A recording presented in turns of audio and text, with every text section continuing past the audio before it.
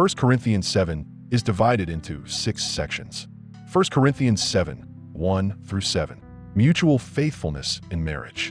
Husbands and wives meet each other's marital needs faithfully, with temporary abstinence only by mutual agreement for prayer. A standout thought appears in verse 5. Do not deprive each other, except perhaps by mutual consent and for a time, so that you may devote yourselves to prayer. Then come together again, so that Satan will not tempt you because of your lack of self-control. Verses 8 through 14. Remain faithful in existing marriages. Married believers should not divorce, and a willing, unbelieving spouse should not be abandoned because the household is set apart through the believer. A verse worth highlighting in this section is verse 12. To the rest I say this, not the Lord, if any brother has a wife who is not a believer and she is willing to live with him, he must not divorce her. Verses 15 through 21. Called to peace in your condition. Each person should ordinarily remain in the condition of God's call, whether circumcised or uncircumcised, enslaved or free. Pay special attention to verse 17. Nevertheless, each person should live as a believer in whatever situation the Lord has assigned to them, just as God has called them. This is the rule I lay down in all the churches. Verses 22 through 28. Christ purchased servants. A slave called by the Lord is spiritually free, and a free person becomes Christ's servant because all were bought at a price. One key verse in this passage is verse 23. You were bought at a price. Do not become slaves of human beings. Verses 29 through 34. Undivided devotion in a passing world. Because the time is short and the world's form is passing, believers should hold ordinary joys, griefs, and possessions without ultimate attachment. Verse 31 is especially worth remembering. Those who use the things of the world as if not engrossed in them. For this world in its present form is passing away. Verses 35 through 40. Freedom to marry or remain single. Paul seeks orderly, undivided devotion rather than restriction, allowing marriage when desire and circumstance make it fitting. A helpful verse to hold on to here is verse 35. I am saying this for your own good, not to restrict you, but that you may live in a right way in undivided devotion to the Lord. We are about to read through 1 Corinthians chapter 7 from the beginning. Now for the matters you wrote about. It is good for a man not to have sexual relations with a woman. But since sexual immorality is occurring, each man should have sexual relations with his own wife, and each woman with her own husband. The husband should fulfill his marital duty to his wife, and likewise the wife to her husband. The wife does not have authority over her own body, but yields it to her husband. In the same way, the husband does not have authority over his own body, but yields it to his wife. Do not deprive each other, except perhaps by mutual consent and for a time, so that you may devote yourselves to prayer. Then come together again, so that Satan will not tempt you because of your lack of self-control. I say this as a concession, not as a command. I wish that all of you were as I am, but each of you has your own gift from God.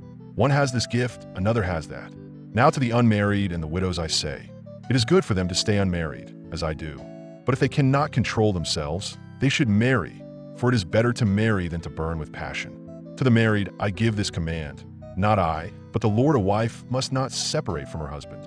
But if she does, she must remain unmarried or else be reconciled to her husband. And a husband must not divorce his wife. To the rest I say this, not the Lord, if any brother has a wife who is not a believer and she is willing to live with him, he must not divorce her. And if a woman has a husband who is not a believer and he is willing to live with her, she must not divorce him. For the unbelieving husband has been sanctified through his wife, and the unbelieving wife has been sanctified through her believing husband. Otherwise your children would be unclean, but as it is, they are holy. But if the unbeliever leaves, let it be so. The brother or the sister is not bound in such circumstances. God has called us to live in peace. How do you know, wife, whether you will save your husband? Or, how do you know, husband, whether you will save your wife? Nevertheless, each person should live as a believer in whatever situation the Lord has assigned to them, just as God has called them. This is the rule I lay down in all the churches. Was a man already circumcised when he was called? He should not become uncircumcised. Was a man uncircumcised when he was called? He should not be circumcised. Circumcision is nothing, and uncircumcision is nothing. Keeping God's commands is what counts. Each person should remain in the situation they were in when God called them. Were you a slave when you were called? Don't let it trouble you. Although if you can gain your freedom, do so. For the one who is a slave when called to faith in the Lord is the Lord's freed person. Similarly, the one who is free when called is Christ's slave. You were bought at a price. Do not become slaves of human beings. Brothers and sisters, each person, as responsible to God, should remain in the situation they were in when God called them. Now about virgins. I have no command from the Lord, but I give a judgment as one who, by the Lord's mercy, is trustworthy. Because of the present crisis, I think that it is good for a man to remain as he is. Are you pledged to a woman? Do not seek to be released. Are you free from such a commitment? Do not look for a wife. But if you do marry, you have not sinned. And if a virgin marries, she has not sinned. But those who marry will face many troubles in this life, and I want to spare you this. What I mean, brothers and sisters, is that the time is short. For now on, those who have wives should live as if they do not. Those who mourn as if they did not. Those who are happy as if they were not. Those who buy something as if it were not theirs to keep. Those who use the things of the world as if not engrossed in them. For this world in its present form is passing away. I would like you to be free from concern. An unmarried man is concerned about the Lord's affairs, how he can please the Lord.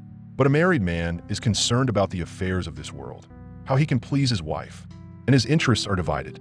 An unmarried woman or virgin is concerned about the Lord's affairs. Her aim is to be devoted to the Lord in both body and spirit. But a married woman is concerned about the affairs of this world, how she can please her husband.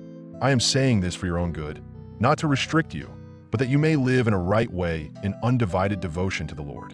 If anyone is worried that he might not be acting honorably toward the virgin he is engaged to, and if his passions are too strong and he feels he ought to marry, he should do as he wants.